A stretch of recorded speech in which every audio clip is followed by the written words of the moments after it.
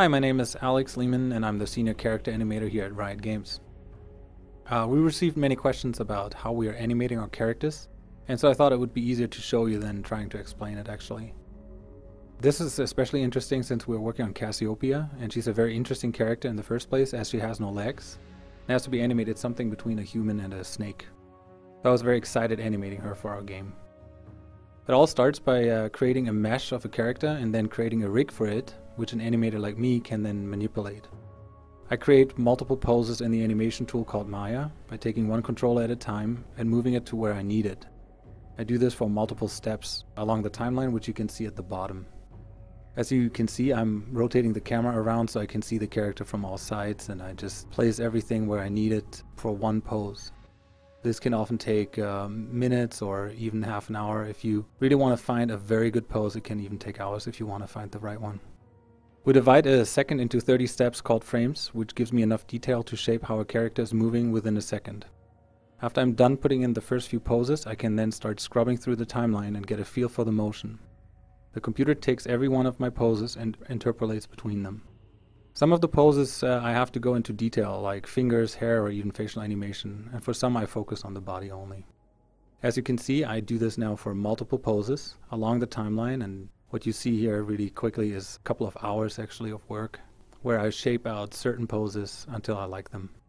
Since I want to see the animation now in real time, I create a play blast, which is a movie that I can just play in QuickTime or Movie Player. To tell the computer how I want to interpolate between two poses, I can use a tool called the graph editor, which you see right now. It allows me to shape the interpolation between two keyframes on the timeline. Those are the red ticks.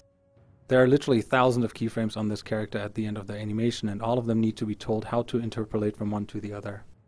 And again, I create a movie and I watch it, I create some more poses, and I start to shape out the animation just how I want it. If you create a pose between two poses, we oftentimes call it a breakdown.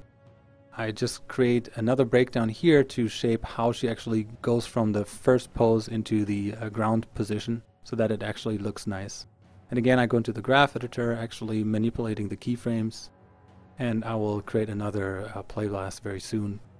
So this process takes, as you can see, this is super speed, but it usually takes a couple of hours to go through it. Create more poses, more breakdowns, refine the poses, and go into the graph editor to make sure that the flow from one pose to the other is actually nice and appealing.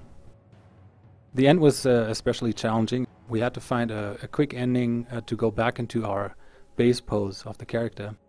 So I created a curve that I animated the tail along. For all the animators out there, this is an FK rig, and so it was especially challenging to work with the tail. Here you see a final play blast of the animation. You see what came out of it and how she goes actually back into her base pose. And then I was happy enough to actually put it in game and try it out, and this is how it looks in the game. I hope this gives you an idea how we create our animations for our game and how much fun it is to be an animator. I hope you have fun playing League of Legends and especially our new character Cassiopeia.